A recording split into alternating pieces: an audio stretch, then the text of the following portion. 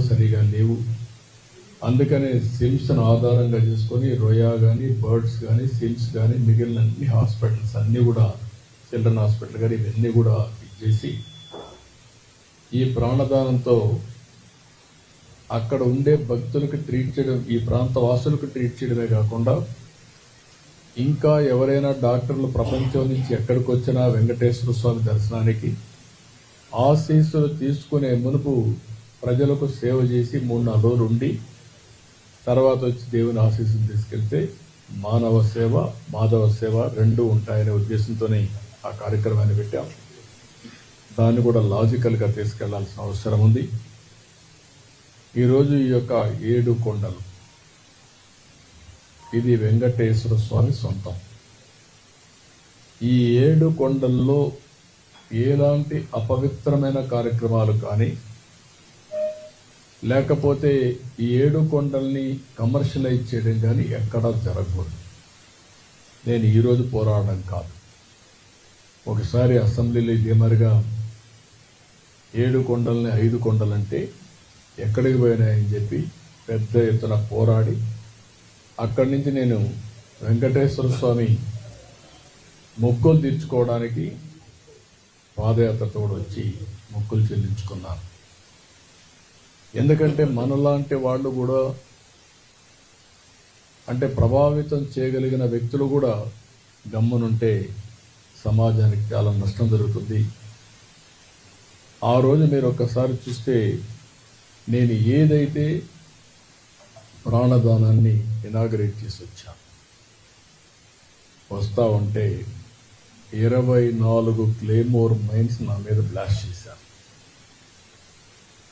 నేను ఏ తప్పు చేయలేదు, ప్రజాహితం కోసం పనిచేశాను, లా అండ్ ఆర్డర్ మెయింటైన్ చేయాలని ఆలోచించాను.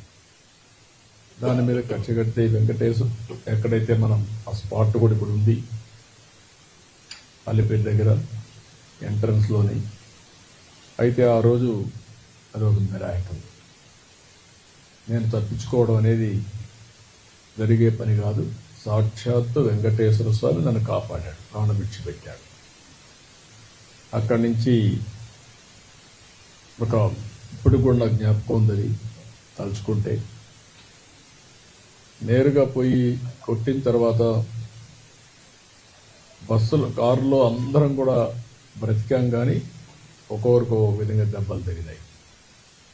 నేనున్నాను, కృష్ణమూర్తి ఉన్నాడు, గోపాలకృష్ణారెడ్డి, రాజశేఖర్ రెడ్డి, వీళ్ళందరూ ఉన్నాం.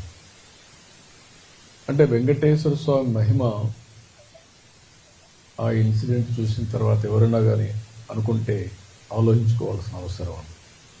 24 క్లేమోర్ మైన్స్ బ్లాస్ట్ చేసిన తర్వాత ఇది తప్పించుకునే అవకాశం లేదు, ఒక్క వెంకటేశ్వర స్వామి మహిమ ఉంటే తప్ప.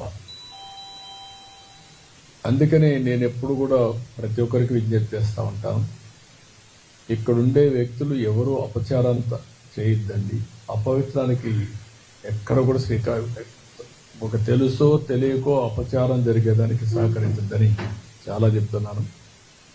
గడిచిన 5 సంవత్సరాలు చాలా పోరాటాలు చేశాం, కానీ ఆ పోరాటాలు కూడా పనిచేయకుండా వెంకటేశ్వర స్వామిని అపవిత్రం చేసే పరిస్థితికి వచ్చారు. ఆ రోజు కూడా మీ అందరికీ నేను చెప్పాను, ఇక్కడే ప్రథమ ప్రాధాన్యత వెంకటేశ్వర స్వామి పైన ఉంటుంది. ఏదైతే క్లీనినెస్ ఇక్కడి నుంచి ప్రక్షాళన వెంకటేశ్వర స్వామి టెంపుల్ నుంచి చేస్తానని చెప్పి దేవుని రుణం తెచ్చుకోవడానికి, అదే సమయంలో రాష్ట్రాన్ని పునర్నిర్మాణం చేయడానికి